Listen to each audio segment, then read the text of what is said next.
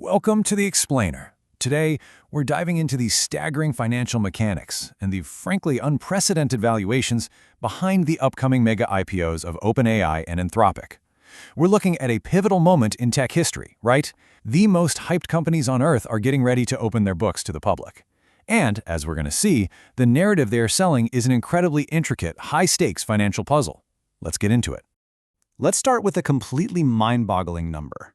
$1 trillion. Right now, OpenAI is prepping for a public listing targeted at up to a $1 trillion valuation. The expectation is that we'll see an S-1 filing, that massive stack of regulatory paperwork required to go public, by late 2026. Just take a second to think about the sheer scale of a $1 trillion price tag. But get this, they aren't alone. Meanwhile, their biggest rival, Anthropic, is in talks to raise funds at a valuation above $900 billion. Bankers are even floating the idea of a public listing for them as early as October 2026. So we have two companies, both hovering right near that $1 trillion mark, both accelerating toward the public markets at the exact same time. Which brings us to the absolute core mystery of this whole explainer. How in the world do you justify a $1 trillion price tag for consumer chatbots that have hundreds of millions of users but still don't make enough money to cover their costs? Because, here's a reality. OpenAI is projected to lose somewhere around $14 billion in 2026 alone. That is a historic, eye-watering amount of cash to burn. They've never been profitable, so how exactly do you price a company at $1 trillion when it's burning cash at that rate? That brings us to Section 1. The consumer paradox. To really understand this huge valuation gap, we first have to look at why having massive consumer scale just isn't enough anymore. The mismatch between their current revenue and what the market expects is staggering. Look, OpenAI is generating an incredible $2 billion a month. That's about $25 billion annualized, which is huge. But a $1 trillion valuation against that revenue, that is roughly a 40x multiple. Public software markets absolutely do not command 25x to 40x revenue multiples for high-churn, compute-heavy usage models. Why? Well, because 95% of their 900 million weekly users are using it for free, and every single time someone types a prompt, it costs the company massive amounts of money in compute or inference costs.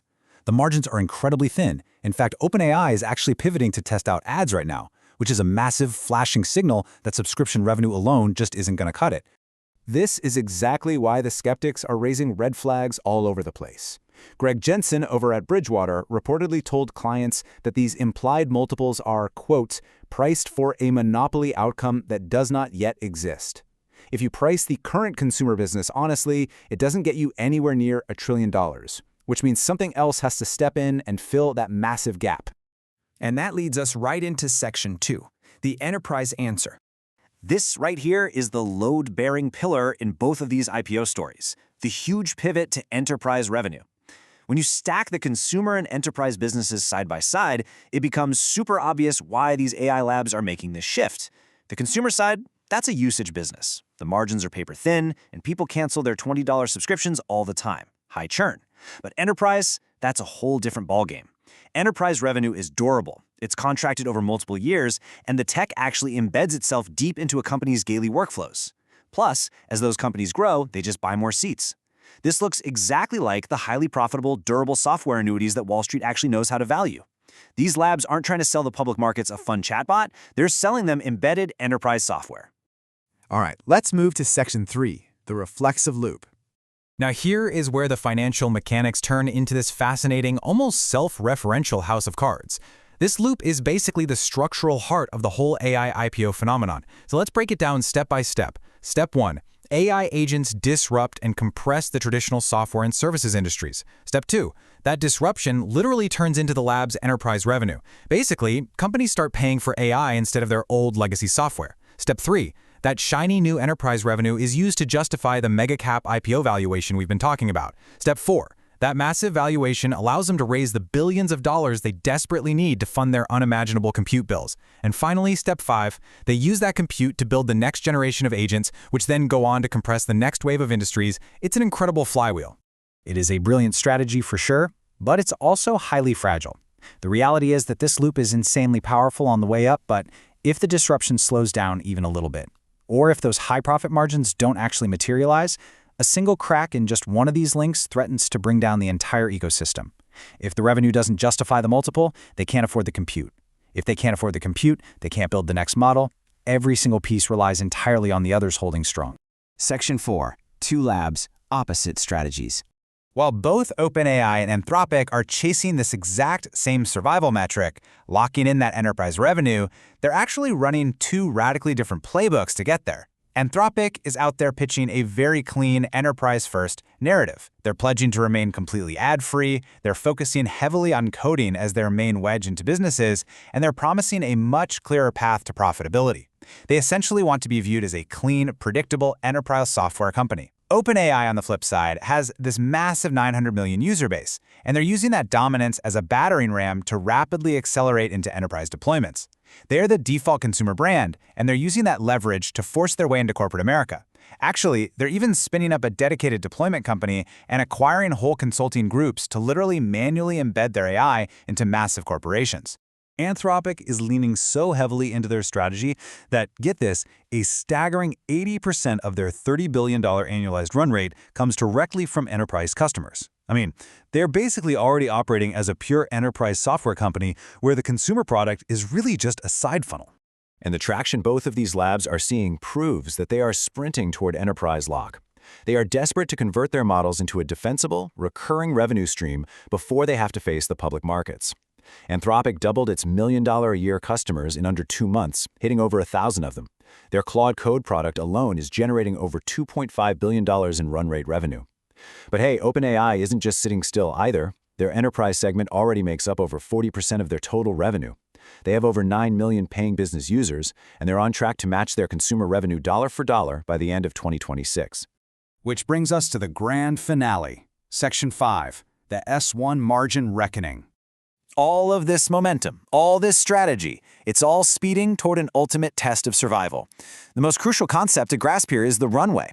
Normally in Silicon Valley, runway just means the cash you have in the bank. But here, it means something much more specific. It's the gap between when these massive, astronomical compute bills are due and when the software margins actually arrive to cover them.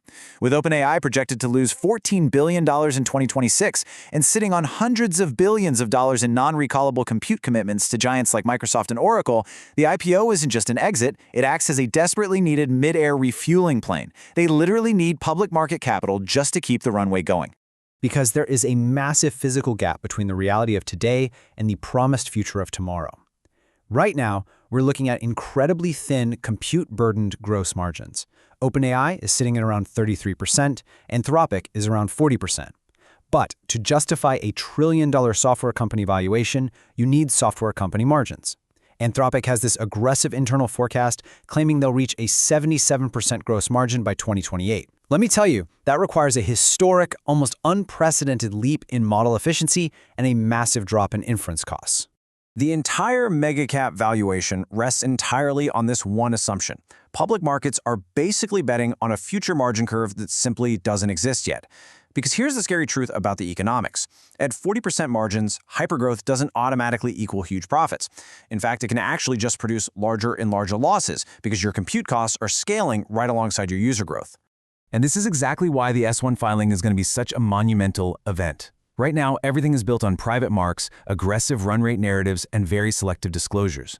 But once these companies actually file their S1s, that private narrative slams into the harsh reality of audited GAAP numbers, the actual unspun accounting reality. For the first time, the market will see exactly what the gross margin is after all the compute bills are paid. We are going to see the exact contractual obligations for all those GPUs, revealing exactly how long the runway really is. And we'll see the messy details of governance rights and insider lockups. The private markets price the story, but the public markets, they are going to price the audited reality. And that leaves us with the single structural question that's going to decide the fate of the largest IPOs in history and honestly the future of the entire AI ecosystem itself. Look, it's not a question of whether the technology is revolutionary. It clearly is. The real question is, will the margins arrive before the runway ends? Because what do you think happens if the compute bill comes due before the profits show up? Thanks for joining me on this deep dive, and I'll see you in the next explainer.